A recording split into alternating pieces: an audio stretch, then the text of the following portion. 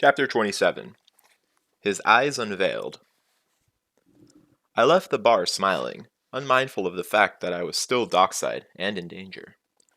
I felt buoyant, knowing would have the chance to hear another story soon.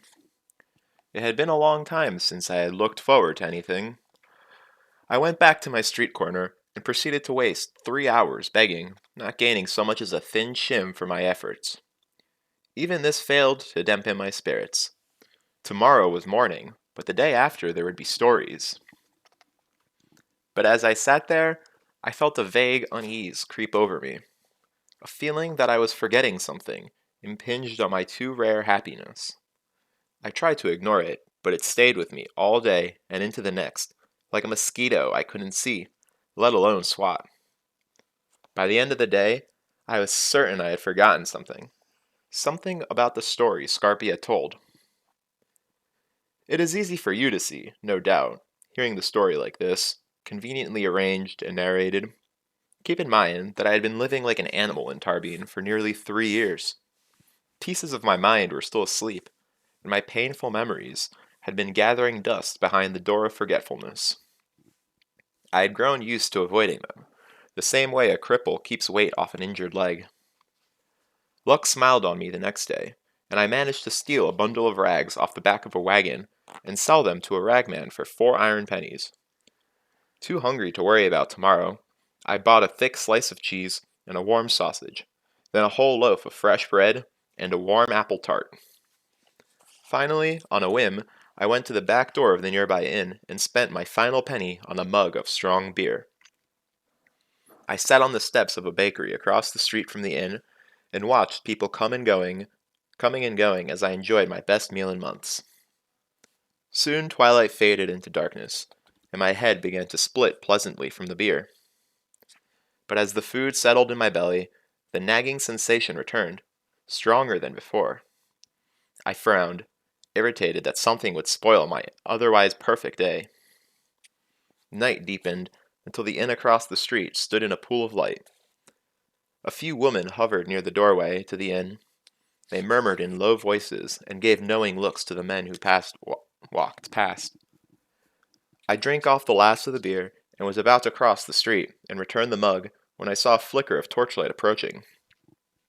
Looking down the street, I saw this distinctive gray of a Tellan priest and decided to wait until he had passed. Drunk on morning and just recently a thief, I guessed the less contact I had with the clergy, the better off I'd be. He was hooded, and the torch he carried was between us, so I couldn't see his face. He approached the group of nearby women, and there was a low murmur of discussion. I heard the distinctive chink of coins, and sunk further into the shadow of the doorway. The Tellan turned and headed back the way he had come. I remained still, not wanting to draw his attention, not wanting to have to run for safety while my head was spinning. This time, however, the torch was not between us. When he turned to look in my direction, I could see nothing of his face, only darkness under the cowl of his hood, only shadow. He continued on his way, unaware of my presence or uncaring, but I stayed where I was, unable to move. The image of the hooded man, his face hidden in shadow, had thrown open a door in my mind, and memories were spilling out. I was remembering a man with empty eyes and a smile from a nightmare, remembering the blood on his sword. Cinder, his voice like a chill wind. Is this your parents' fire? Not him, the man behind him, the quiet one who had sat beside the fire, the man whose face was hidden in shadow. Haliax.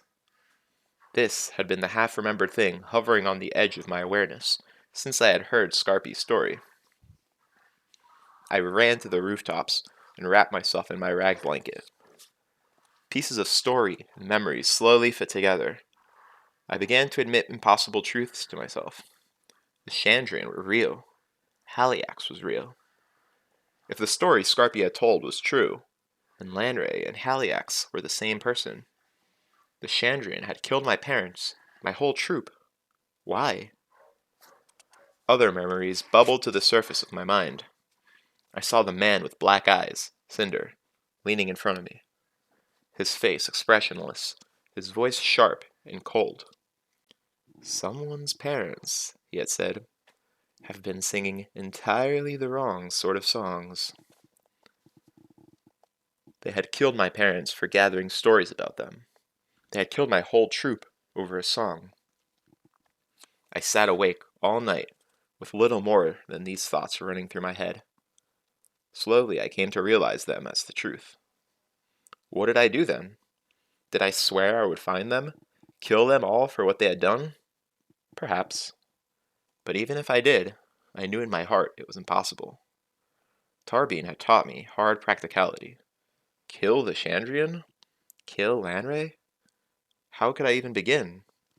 I would have had more luck trying to steal the moon.